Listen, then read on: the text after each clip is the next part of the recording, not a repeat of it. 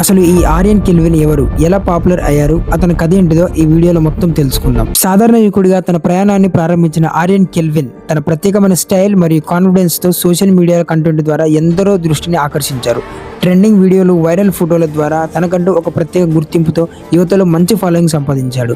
విజయం ఒక్క రోజులో రాలేదు. ఎన్నో కష్టాలు, విమర్శలు ఎదురైనా వెనక్కి తగ్గకుండా తన లక్ష్యం కోసం ఎంతో కష్టపడ్డాడు. ఆర్యన్ కెల్విన్ అసలు పేరు అమన్ పండిట్. ఆయన ఫిబ్రవరి 3, 2002న జార్ఖండ్లోని ధన్బాద్ జిల్లా బులి ప్రాంతంలో జన్మించారు. ఆర్యన్ సాధారణ మధ్యతరగతి కుటుంబంలోనే పెరిగారు. చిన్నప్పటి నుంచి హాస్యం అంటే చాలా ఇష్టం. కుటుంబ పరిస్థితులు అంత బాగలేకపోయినా చిన్న వయసులోనే బాధ్యతలు తీసుకోవాల్సి వచ్చింది. సోషల్ మీడియా ఇన్ఫ్లుయెన్సర్ అవ్వకముందు తనకు స్థానిక దుకాణంలో పనిచేసేవారు. నెలకి కేవలం 3,000 నుంచి 4,000 సంపాదించేవాడని నివేదికలు చెబుతున్నాయి.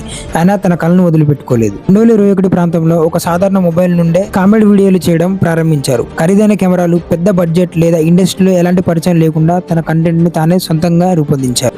Algorithm king. నిరంతర కృషి, క్రమశిక్షణ మరియు ప్రేక్షకులకు నచ్చే కంటెంట్ ఇవ్వడం వల్ల ఆయనకి మిలియన్స్లలో వ్యూస్ వస్తున్నాయి. అనేక వీడియోలు 100 మిలియన్స్ పైగా వ్యూస్ సంపాదించాయి. దీంతో ఆయన అభిమానులందరూ ఆల్గరిథం కింగ్ అని పిలవడం ప్రారంభించారు.